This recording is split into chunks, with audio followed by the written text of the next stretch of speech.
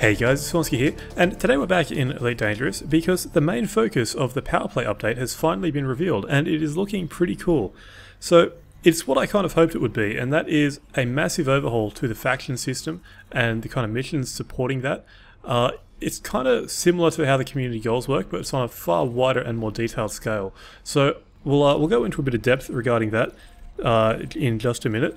Now, all of this information that I've gotten is from the latest newsletter, so there'll be a link in the video description to that newsletter. I'd say it's probably worth checking out and reading for yourself. There's also some pretty cool screenshots in there, so it's definitely worth taking a look. At the point that I'm recording this, there hasn't been any more information released regarding Powerplay.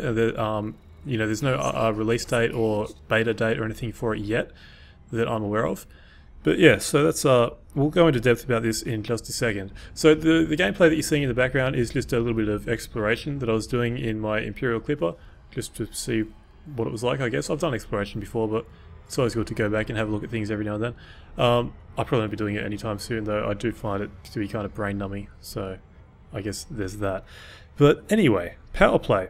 So basically the idea behind this is that there's going to be some really big factions, up to a total of 20 of them, although it's not going to start with 20 factions. The idea is that these powers, as they're called, will kind of grow and expand over the course of the game. But basically these powers are going to be constantly battling each other for control over space. So, the powers will be controlling numerous systems, and players' actions will be controlling which systems get chosen for your power to target and take over. Of course, other powers and the players aligned with those powers will be battling against you. So it all seems like it's going to be a pretty cool system. So basically there's a couple of different ways that a power will try to take over a system. They could do it through all-out war, or they could do it through trading. So different powers do have different ways of doing things. So one power might be really warlike and aggressive, while another power may be a bit more subtle in their approach, and they may try to take a system down just through economic means and trading. So the idea is that you pick the power that fits your playstyle, because the other thing about powers is that ranking up inside that power and doing work for them, taking over systems and everything, gains you bonuses as well. So the bonuses from a warlike power will presumably benefit a player who does a lot of combat. The bonuses from a more pacifistic trading power are likely going to benefit a player who does a lot of trading and that sort of thing, or exploration. So that kind of makes sense, really. So one cool thing I like is that players will actually be deciding, or helping to decide, which system the power is going to target. So there's not a lot of information about how that's going to work, whether there's going to be some massive voting process out of a list of systems or what. I'm not really sure how it's going to work, but it does say that players will be helping to decide that.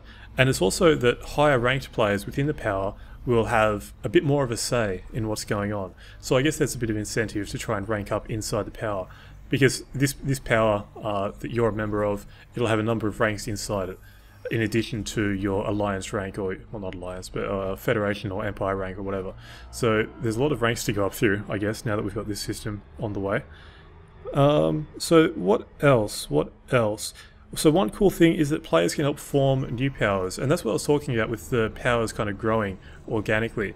So we're going to start off with a fairly limited number, I believe, and it's interesting because these powers, at least to begin with, are going to be names that you might recognize if you read the Galnet news. So you're going to have like Duval and Torvald and Petreus, the senators from the Empire, and presumably there's going to be some Federation ones as well. So yeah, that's pretty cool. But basically, players can also help form new powers by working for smaller groups or smaller system factions. And I guess over time, if those factions grow powerful enough, I guess they'll start, expanding and controlling a few different systems, and they will eventually become a power as well. So there's going to be a maximum of 20 powers according to the newsletter. So in addition to all of this, to kind of help support this, there's going to be a few new tabs added to the game, and there's a couple of screenshots of these tabs in the newsletter, which is one of the reasons I said to go check it out. But yeah, so it's going to be added to the galaxy map, and it's going to show details about the power, and it's going to be like a bio of the figurehead for the power, so that one of the senators or whoever that might be. So there'll be a bit of a bio about them. There'll be some details listing, I guess, if they're aggressive or warlike, or a traitor or whatever, and Yeah, so it'll just keep going through that. It'll also be showing what the influence is like throughout different systems, and there seems to be some form of currency as well. So I guess some sort of command points that I guess you kind of spend them. The power spends them on the systems they control, and they also generate them from the systems they control. Something like that. There's not a lot of details yet, or there's almost no details about how that's going to work. So that's one of the ones we'll just have to kind of wait for.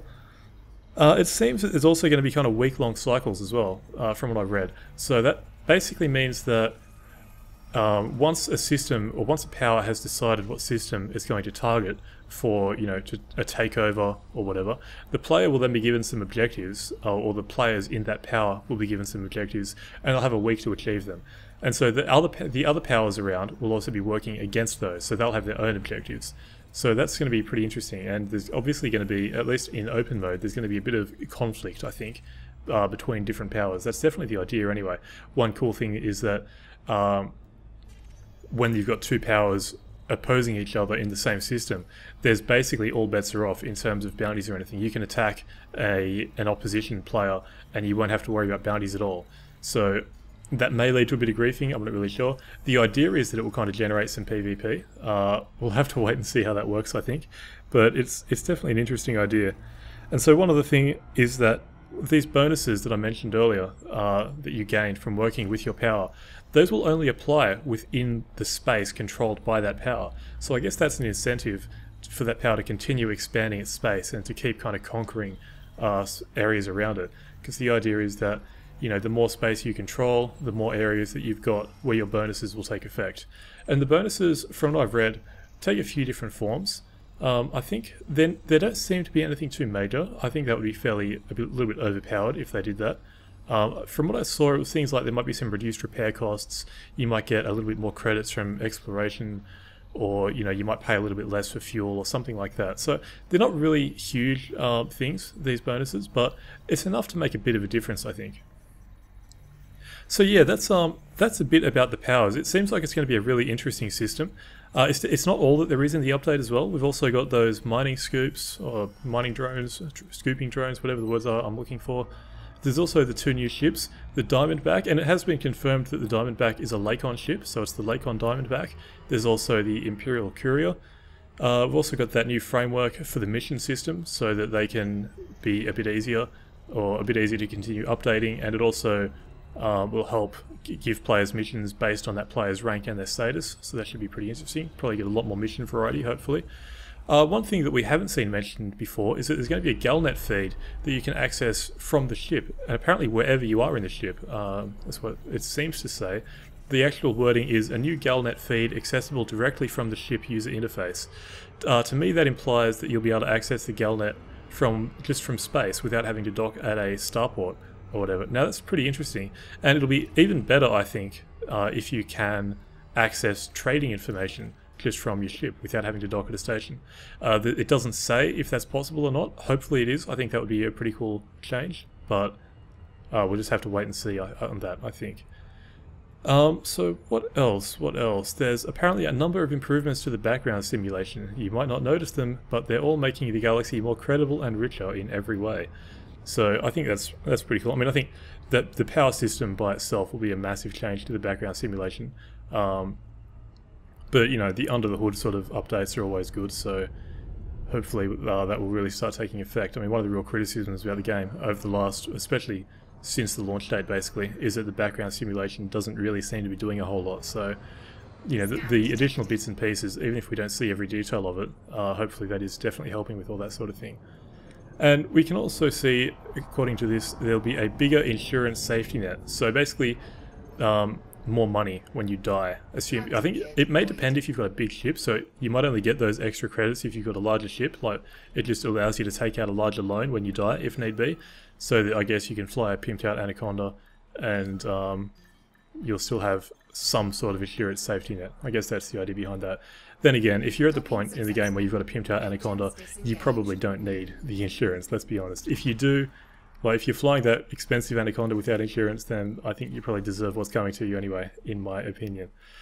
But yeah, so, wow, that was a lot of talking. Jesus.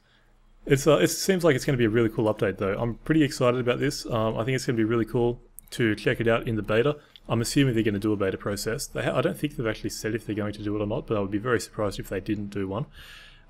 Like I said, I'm not sure when it's going to happen. There is a one line in the newsletter that says powers will rise in May, so presumably the update will be coming out in May, but no firm date yet. But yeah, so it seems really cool. It's definitely something worth keeping an eye on. I think if one of the reasons that you left the game, or assuming that you did leave the game, would be, but if one of those reasons was because of a lack of content, I think this is definitely something that may fix that lack of content, hopefully. It'd be really cool if it does.